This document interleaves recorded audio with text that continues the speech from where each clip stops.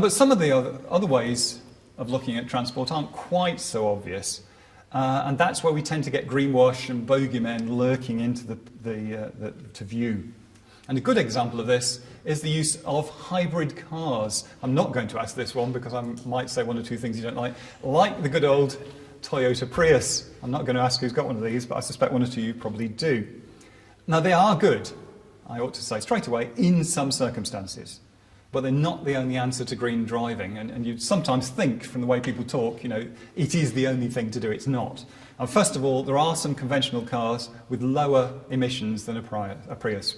I can never decide how to say it. So, for instance, a Volkswagen Polo Blue Motion has lower emissions than a Prius. But also, the basis for the comparison that says that the Prius is a low-emission car is slightly flawed. The problem is, a hybrid car like the Prius only fares well in towns and cities. It's fine if you drive it around the town and city, but if you mostly drive on motorways or mostly drive on in country roads, actually a BMW 3 Series at the bottom end is better for the environment than a Prius. I hate to say anything nice about BMW, but I have to in this particular case. And this must be true because they said it was on Top Gear. No, they did actually say it was on Top Gear, but this isn't my only source for this information. It is actually marginally better on a motorway and things like that, because frankly, it's not designed for motorway driving. So next time, as has happened to me in the past, you get a Prius bombing past you in the outside lane at 80, you can look at that smug person sitting in their Prius and say, sorry, you're not helping by doing that. You really aren't. The other slight problem you have to think about with hybrid cars like Priuses, which doesn't apply to everybody but does to some, is you have to keep them long enough to make it worthwhile. If you change your Prius every couple of years, then frankly it is too soon. It takes about 6 years to offset the emissions involved in manufacturing a Prius. Now, that isn't the only reason you have it. You're not just balancing it against the emissions in production. Obviously, all cars have some emissions in production, although unfortunately hybrid cars are particularly high because the batteries involved do take a lot. But you're talking about roughly 6 years. So if you change it every couple of years, frankly, you're on a hiding to nothing. Then there's the whole business really of which mode of transport to use. It should be fairly obvious. If you can't walk or go by bike, then generally speaking, we're told the best thing is a bus, then a train, then a car, and then a plane. But at the boundaries, there are some issues. If the car is full, in some circumstances, it comes up to, in principle, something similar to the train, or even slightly better than a train. The circumstances being that, unfortunately, you can't get a train from A to B. I recently did a cross-country journey that was 93 miles, just out of interest. I checked how long the distance would be if I went by train, and it would be 160 miles. So looking at it from that viewpoint, cars aren't too bad, but I am being a bit too simplistic. I actually still come down for the train. The reason being is that obviously if you drive a car, you put an extra car on the road. Generally speaking, the only cost of my going on the train is the incremental cost of my weight on that train. The seat was there anyway. It's not like they're going to put on an extra train because I'm going to go by train. Now, admittedly, if you add that up to hundreds, you get to the stage where it does happen. But the fact is, incrementally, you're still more sensible using a train than a car. And then there's flying. There really isn't any good news about flying. Well, at least there wasn't when I heard the news recently. But the trouble is, if there isn't a volcano around, it's too easy. I recently gave a talk in Holland and travelled there by train, but it was frankly hard work.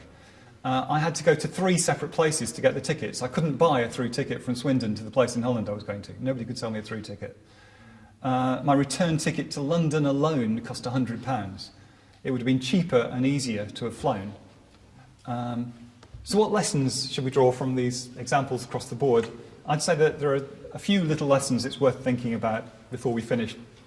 First, just to make sure that the benefits you think are there are thought through. Don't respond to knee-jerk concepts like these carrier bags. If you want to take action to reduce climate change, make sure you're clear what the environmental impact is of what you're doing across the board. Don't respond to the bogeymen, to the things that sound good. Keep your benefits real and quantifiable. So yes, for example, aim to be better than carbon neutral. But don't think you can get away with using tree planting as a way of doing that. Do encourage wind generation, but don't have a knee-jerk reaction towards nuclear power stations. Secondly, learn from my journey to Holland. It's almost as if they were trying to make it hard for me to take the green option. I persevered, in part, to be frank, because I don't particularly like flying, even though I used to work for an airline, and in part because I was going to an event a bit like this, and the last thing I wanted to do was turn up in a plane. But most people won't bother to make the effort. Today, by the way, I had to drive to get here. I always travel by train in the UK if I can, but the only train I could get back, I've come from Swindon, wouldn't get me there until 6 o'clock tomorrow morning. And frankly, that just wasn't practical. So if you want people to take a green approach, whether it's you individually, whether it's your customers of your companies, or whether you're involved in a civic organisation or whatever, you have to make it the easy option. You know, don't be like those civic planners who design footpaths that go all wandering all over the place when what you want to do is get to A to B, and you end up with people walking across the grass and the nice path cut in the grass because they've taken the straight line.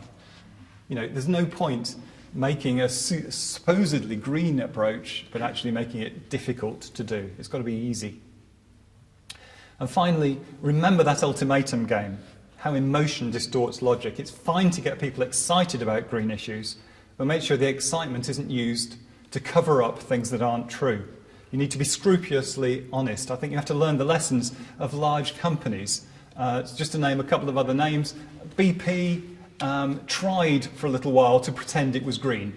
They produced this nice new logo with a flower and a buzzy bee and said BP doesn't stand for British Petroleum, it stands for Beyond Petroleum, because we're all about nice, fluffy... No, they're not. It's an oil company. You can't do this. You can't just pretend to be green and it'll all be all right. You see, the same thing has happened with some supermarkets. Marks and Spencer's are doing pretty well. I'm not knocking Marks and Spencer's. They are by far and ahead the people who people trust, consumers trust, when it comes to what they say about being green. But somebody like Tesco, when they try to say, oh look, you know, we put a windmill on our flagship store, and everybody says, yeah, right, well, yeah, Tesco's green. No way, we don't believe it. It's not enough just to say we're doing stuff. It goes far beyond that. You have to be honest about what you're doing. There's no point presenting aspects but hiding away all the dirty stuff, all the dirty linen. It will come out. It's much better to say, we're here now, we're trying to get there, we're doing everything we can, this is what we're trying to do, to be honest about it, because otherwise it will shoot you in the foot and shoot the planet in the foot. The trouble is, when you employ greenwash, people get turned off. They don't just turned off what you're doing, they get turned off the whole concept of being green. They think, no, it's rubbish, you know, listen to that rubbish, no, don't want to have anything to do with it, I'll just go back to my old ways, and we don't want that. So what I want you really to think about is this: when we're dealing with green issues, when we're saving the planet, it's not enough to have a knee-jerk reaction that sounds to things that sound nice and good and fluffy and green. We have to think through what's happening, what the consequences are. We can reduce, I would suggest to you, the impact of climate change. We can make the environment better, but we can only do that by being logical about taking sensible action.